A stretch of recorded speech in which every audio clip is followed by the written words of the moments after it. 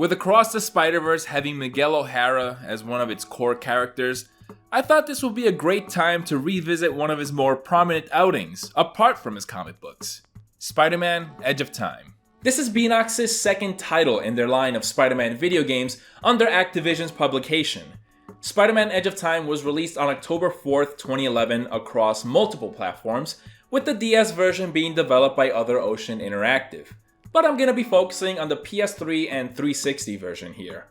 Much like its predecessor, Shattered Dimensions, Edge of Time follows a story of multiple Spider-Man getting themselves into a heap of trouble that spans across space and time.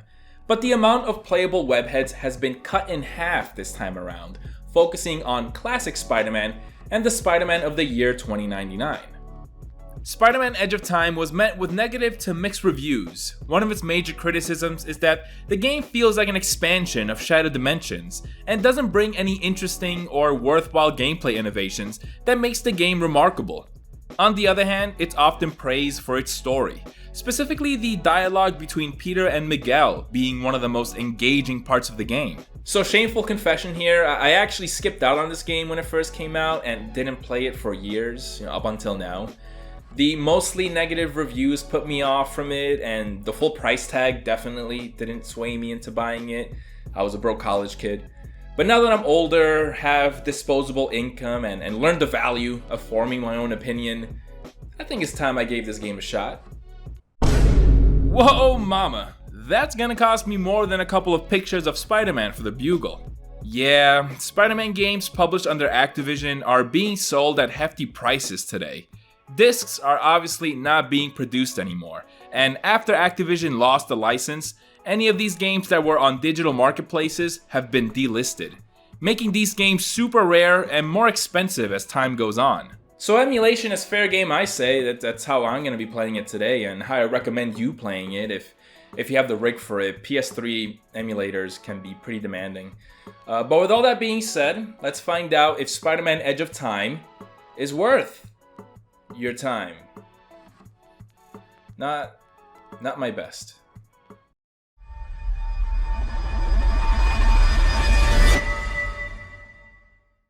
Activision having such a huge IP like Spider-Man and the last game being a relatively successful hit, it seems like they were trying to crank these out as often as possible. Spider-Man EOT released just 1 year after Shattered Dimensions, which certainly isn't enough time to allow Beenox to develop something incredibly innovative, and it certainly shows here. Reused assets are instantly noticeable, animations, mechanics, and while we're dealing with time travel here rather than interdimensional travel, the premise is similar. But that doesn't mean there haven't been any improvements. While the combat system remains pretty much the same, it has been polished. It feels just ever more responsive and snappier. There are also some new special abilities to help differentiate combat between our two heroes. Peter Parker has a hypersensibility that allows him to move at superhuman speeds and renders him untouchable as long as this ability is active. I really love the trail of translucent Spider-Man he leaves behind in different poses, showing just how fast he's moving. It's reminiscent of how comic book artists convey a character moving to different locations within the same panel. Miguel O'Hara has an ability very similar to the one in Shattered Dimensions, where he also moves at super speed. But this time around, he leaves a projected image of himself that acts as a decoy for enemies and guided missiles. You can also use his ability to lure missiles to block doors, which I thought was a clever way of using it outside of combat.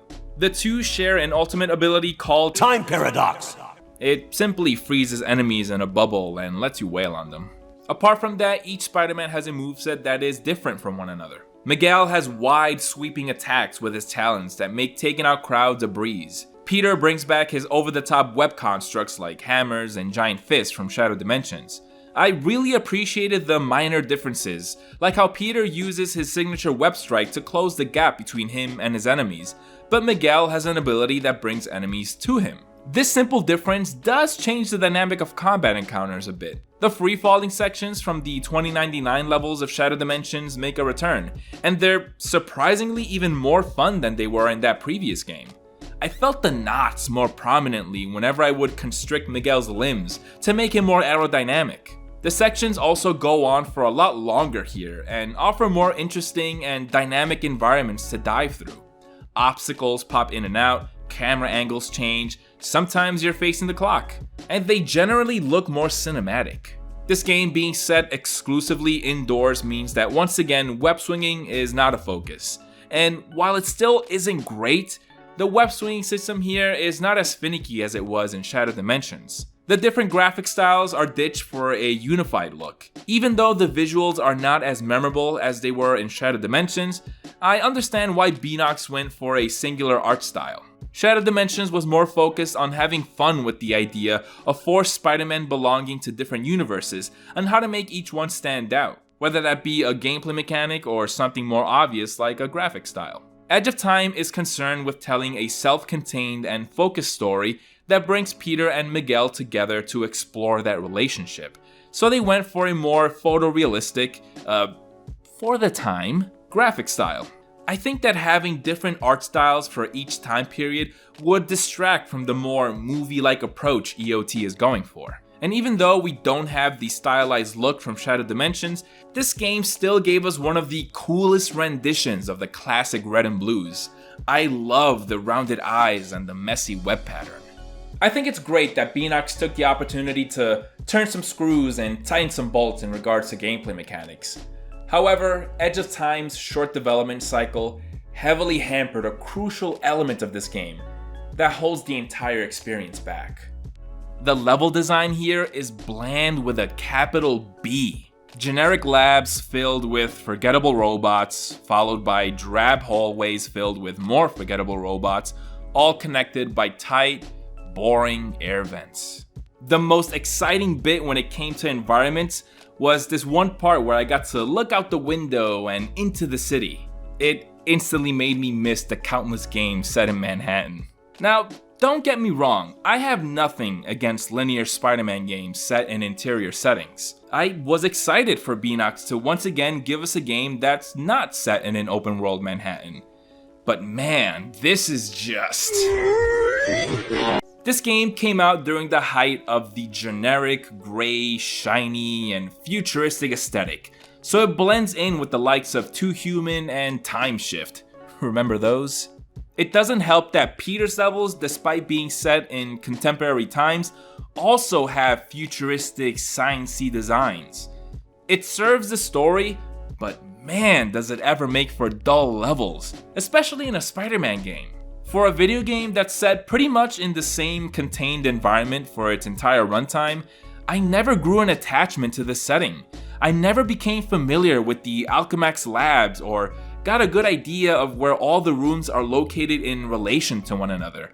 It all felt very disposable. Which is a shame because Alchemax has become one of those notable names in the Spider-Man mythos. And having this game be exclusively set in an Alchemax owned lab would have been a great chance to give that name an inspired visual identity that we get to take in and explore firsthand.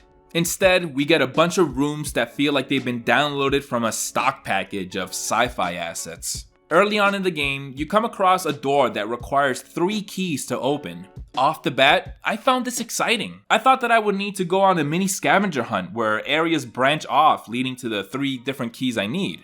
But that's not the case at all. The keys you need are being held by enemies that are within the same square area you're already at. And this is the case for every locked door you come across. It renders the idea of gathering these keys pointless if the guy holding it is just a few feet away from the locked door. They might as well put a DMC style force field that won't go away until the area is clear of enemies. Like I said before, I have nothing against linear video games, but I need one aspect to give me significant agency, or at least something interesting to take in from level and mission design. To bring in a very primitive video game by comparison, Neversoft Spider-Man. This game has very simplistic combat, but getting through levels is fun because environments are varied and visually stimulating. Mission objectives are easy to wrap your head around, and when taken at face value, you're instantly on board. I want to save the hostages, I want to get rid of the bomb, I want to get to JJ on time. Edge of Time deals with time travel, so you're gonna have moments where scientific terms are just thrown at you. There's a cutscene that quite literally shoots them at you rapid fire. Slow down, Parker, it's not that simple. Did you fire up the quark enhancers? Activate the tachyon relays? Yes, I did all that. No, you just... Uncouple the Heisenberg compensators. Yes, of course, Oh, shucking, no, I didn't. And that doesn't mean anything to me. There are moments where the stakes are felt, like the greater motivations. Shit is on the line. Awesome character moments are happening, and I love those. Like the section where you have to save MJ as Miguel. A simple premise that we've experienced 1,000 times before, but you're locked in on it. And it was one of the few moments where I was engaged. Diving down this elevator shaft, seeing MJ just at arm's reach, but I can't quite get to her, was thrilling. But the ratio of the moments like that to the ones where you're punching a generator or pressing a button on a terminal was much greater on the latter. There's a concept in this game called quantum causality, which essentially means that whatever happens in the past will change something in the future.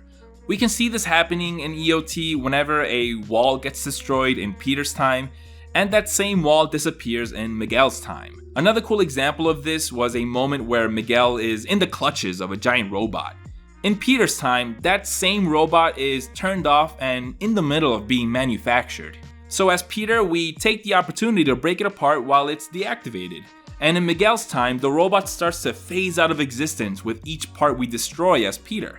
It's a cool concept for a game that has two characters communicating with each other in different time periods. But ultimately, it's just not used to its fullest potential. All of the instances of quantum causality are heavily scripted moments that don't require any experimentation from the player. Which is a shame because I think this would have been a great gameplay hook to implement into environmental puzzles, boss fights, and exploration. I think of the Effect and Cause mission from Titanfall 2, where you use a time travel device to maneuver through debris, security lasers, and the like by jumping between two different time periods as you make your way through a facility. Yes, this game was still a few years away since the release of Edge of Time and on a whole other generation of consoles, so it might not be the most fair comparison. And again, the biggest factor that didn't allow Beanox to develop ambitious mechanics was the extremely short development cycle. Something that feels like compensation for the lack of engaging level and mission design is the web of challenges.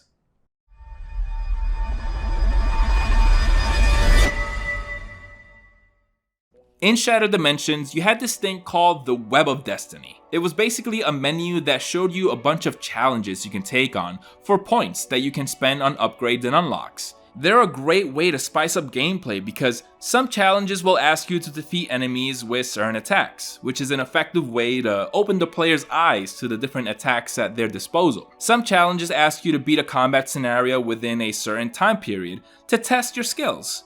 And some are mission objectives you would naturally complete anyway, so it never felt like you were being cheated out of points. The Web of Destiny overall felt like a fun bonus element you can choose to partake in or not. What is now called the Web of Challenges in Edge of Time is essentially the same thing, but where the Web of Destiny feels like a fun bonus feature, the Web of Challenges feels like a big selling point you would see in the back of the box for this game, because this thing supersedes the entire gameplay loop. The challenges are way too demanding. They don't allow me to explore each room at my own pace because a lot of these challenges are tasks like collect 50 orbs in a minute or get to the exit in 45 seconds. A lot of times when you go through the exit, there's no going back. The door locks behind you. So I feel like I just scramble through the room without really taking it in. Even the combat-oriented ones give you just enough enemies and time to complete the challenge. So I get so focused on making every hit count and being the most efficient that I can with my attack choices that combat encounters don't feel like they leave me any room to experiment and generally take them at my own pace. I'm under such strict circumstances if I want to get the gold medal. Shit, even just the bronze medal. I understand that these things are optional, but I also want to make the most out of combat by expanding my moves list. And I won't achieve that unless I partake in these challenges. Because even though there are orbs everywhere that act as the currency you use to purchase unlocks, the prices on new moves are ridiculous. The game has a short runtime, so I get the idea that the devs didn't want to give you access to all the attacks too early, to make it feel like there's always a sense of progression, and so you're looking forward to the next attack you unlock, all the way up until the final moments of the game. But challenges, whether they be combat, time, or collecting focused ones, should not feel like a mandatory part of the game to get the most out of combat. And I felt that if I went through the game ignoring these, I would have had a very bare bones experience with EOT's combat mechanics. While I appreciate Beanox tightening and polishing up combat, it still isn't a considerably deep system, so it needs every opportunity it can get to give it more variety. The web of challenges is constantly being thrown at your face every time you enter a new room, with a notification reminding you that, hey, don't forget, there's a challenge here for you to check out, don't miss out on it. This is another reason that makes it feel like it's making up for the lack of mission variety. And not for nothing, where are all the bosses? Fighting a handful of Spidey villains is a staple of these games, but I think there are like 3 here? That was disappointing to see. Although I do have to say that one of the encounters with Atrocity was really cool and tense. You have to lure him into a gas chamber to make him fall asleep, then stick him with a needle to extract some DNA. It reminded me of the fight against the Ouroboros spaghetti monster from Resident Evil 5.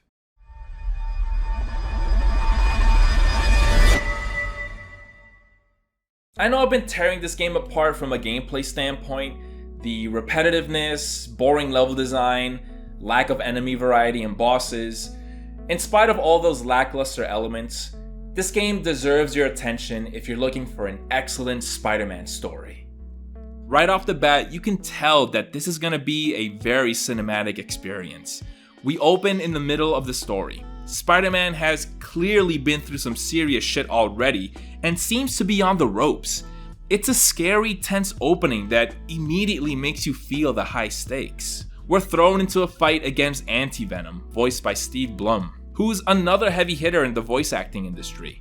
This marks Anti-Venom's first proper appearance in a video game, not counting any alternate costumes or mobile games. I found Anti-Venom to be an interesting direction to take Eddie Brock into. His drive to cure anyone of any foreign substances in their body by any means is a cool conflict. While said conflict is pretty much what makes up most of his character here, which I guess you can say renders him one note, he still makes for a considerable threat for Spidey. Peter truly believes to be at death's door. What a way to immediately hook the player. The game tries to sell you that they are in fact going there. We then cut to Miguel O'Hara. This feels like the first proper introduction to him outside of the comics, which makes sense because Peter David, one of the co-creators of Spider-Man 2099, wrote this game's story. By the way, I just recently found out that Peter David has a GoFundMe for serious surgery, and he's super close to reaching his goal. The man is a titan in the comics industry and deserves all the help he can get. I'll put a link to his page in the description. Because we don't have to juggle 4 Spider-Men this time around, Miguel gets way more time to get fleshed out and we get a better understanding of how he's different from Peter. Like, oh my god, the fact that you were hiding that handsome mug underneath that mask the whole time in Shattered Dimensions is criminal. Miguel is voiced by the all-time great Christopher Daniel Barnes, who voiced Spider-Man Noir in Shattered Dimensions. CDB is a much better fit for Miguel than Dan Gilvison. He brings that edge and no BS attitude that makes Miguel stand out from your more friendly neighborhood Spider-Man.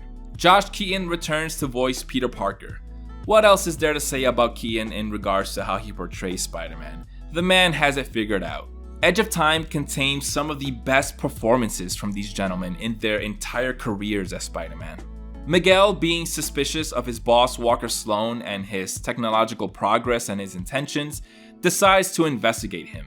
Contributing further to this game feeling like a more cinematic experience are these awesome opening credits and title drop with dramatic camera angles. That is tasteful. Walker Sloan is voiced by Val Kilmer. But this big name celebrity casting is kind of pointless, simply because Sloan is barely in the game.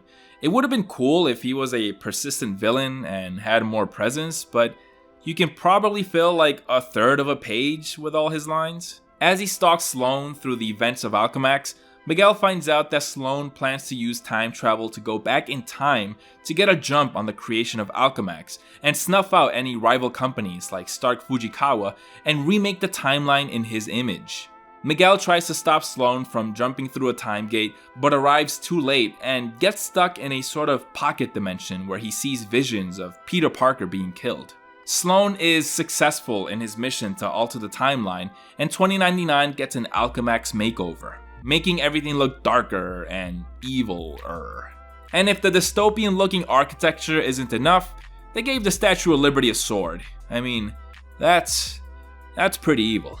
This also affects Peter Parker's current timeline. Instead of working for the Bugle, he now works for Alchemax's genetics lab. Miguel, now knowing Peter's fate, retrieves a sample of Peter's DNA from the Alchemax archives, and this allows him to communicate with Peter through what he calls a chronolink. It's absolutely ridiculous, and they don't bother to dive into the logic of how it works, and honestly, that's totally fine, because this plot device allows this game to give us awesome dialogue between Miguel and Peter. We all know the lengths that Peter Parker is willing to go to save anyone. The fate of the universe can be at stake, and Peter will still refuse to turn his back on just one person. No one dies under his watch. This is one of the many reasons that makes Spider-Man such a compelling and timeless superhero. He'll always make sure to watch out for the little guy. But at this point, Miguel's views don't exactly align with Peter's. Miguel is not a bad guy, but he's more concerned with the greater cause. If that means occasionally making some sacrifices, then that's the way it has to be. No moment better exemplifies that Miguel needs to be better than that if he wants to uphold the Spider-Man mantra than this scene. Oh no. What's wrong? It's Mary Jane. She dies. Tonight. Right there at Alchemax. How do you know? For shock's sake, Parker, what part of don't poke around in the archives was unclear? Fine, I'm a nosy Parker, but now that I found out, it's what? My job to save her? I've got enough to deal with. You can't mean that. You can't just ignore that she's in danger. Hey, I'm trying to focus on what's important. What's important is not standing by and allowing someone to suffer or die because you do nothing. If you don't get that, then you don't get the first thing about being Spider-Man. You're the one who doesn't get it, Parker. The future depends on... My future is meaningless without her. This is gonna be a huge mistake. I owe you, Miguel. Big time. Shocking right you do. But, well, maybe this'll help even the score for everything the world owes you. Thank you. I mean that. Without derailing the conversation to be about Across the Spider-Verse for too long, this speech is very relevant to the events in that movie, and the characterization of Miguel being more concerned about the greater universe remains consistent in that movie's adaptation of the character. I don't know how long Miguel has been Spider-Man at this point in Edge of Time. He calls out the year being specifically 2099, so he hasn't been Spider-Man for even a year yet. But I like to imagine that he has been Spider-Man for quite some time, maybe 8 to 9 months, and he has been doing plenty of good for Nueva York, but has been stuck in his ways and is missing this crucial part of what it means to be Spider-Man. And it wasn't until this time-traveling catastrophe that he learned the ways from the man himself. Miguel, being a bit of a hard-ass and not afraid to make some sacrifices for the greater good along the way, I think is an interesting take on a Spider-Man that differentiates him from Peter Parker, and even Miles Morales. But ultimately, that switch needs to be flipped, and you have to be on board with the idea that no one gets left behind. And you have to pour every ounce of your being into protecting everyone you can if you want to call yourself Spider-Man. I love how that sentiment is even visualized with how tattered and beat up Peter is by the end of the game. The man looks like he's been through a wood chipper. Even though Miguel is reluctant and even angry that he was coerced into straying from the main mission and saving MJ, once he does, you can tell that that switch in him has in fact been flipped. Look, I just want to say thank you. You're as brave and unselfish as another guy who goes by the handle Spider-Man. You're a worthy successor to the name. Thanks. I mean that. With great power, there must also come great responsibility. But what happens when that power becomes even greater than you ever anticipated?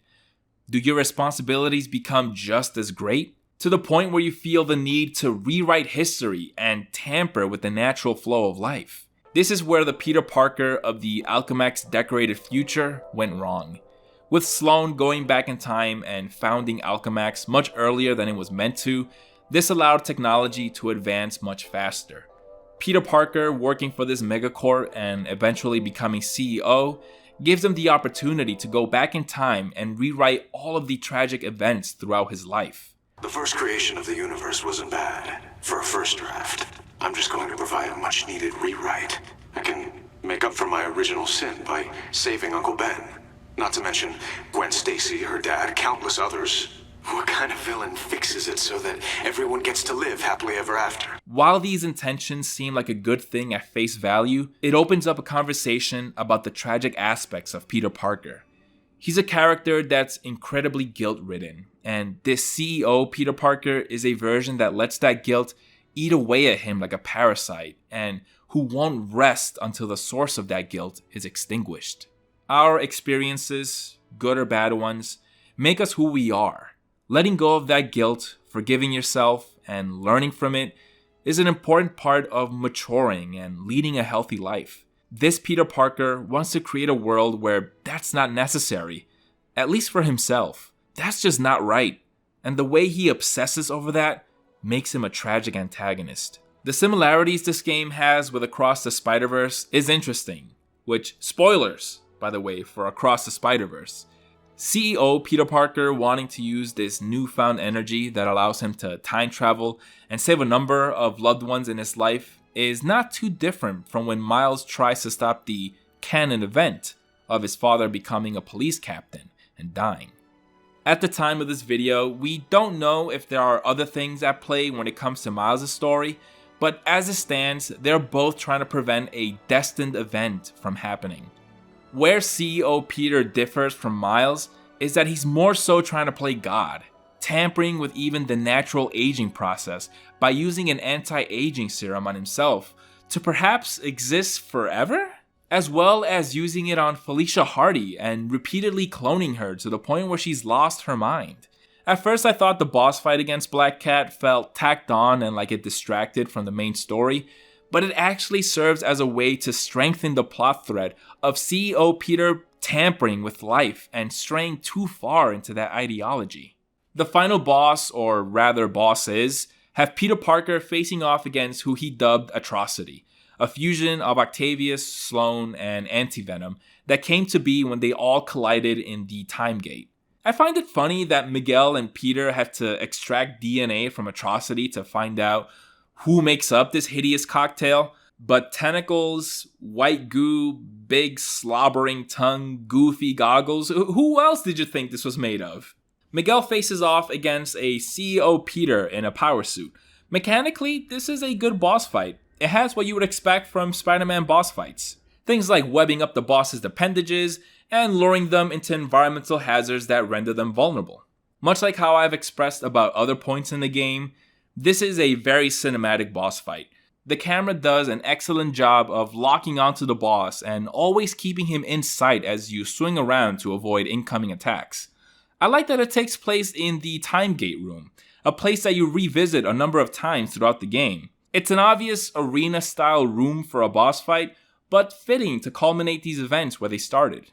With their timelines restored and everything back to normal, the two Spider-Man share an unbreakable bond and will forever be indebted to one another.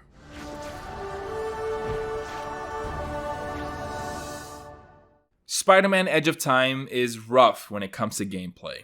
It's not a broken, glitchy mess, it's just kinda monotonous. I think this game would have been better off as an animated movie or a comic book arc, because it doesn't really use the medium to do something special. It's essentially a very basic brawler, but it's so dull that the bits of gameplay between the major story beats and banter between Peter and Miguel feel like a chore. But its story is something that fans of the character should absolutely check out, and anyone looking for more Miguel O'Hara content.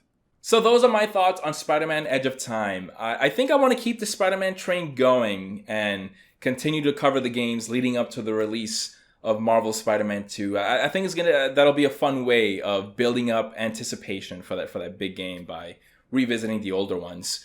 But for the next video, I'm gonna double back and actually cover Web of Shadows. So the order of these is going to be a little weird, because we'll be going back, covering Web of Shadows before jumping into Beanox's next game of TASM. Because I've been getting a lot of comments asking me to cover Web of Shadows, and I don't want to get too far removed from it until, I eventually cover it. So we'll do that next. But I want to know what you think of Spider-Man Edge of Time. Was I too harsh on it? Did you maybe have a better experience with it, from a gameplay standpoint? I know everyone agrees that the story is great, but, there some of you out there that enjoyed the level design and just kind of the flow of gameplay more than I did. Let me know. But as always, thanks for watching, and I'll see you guys next time.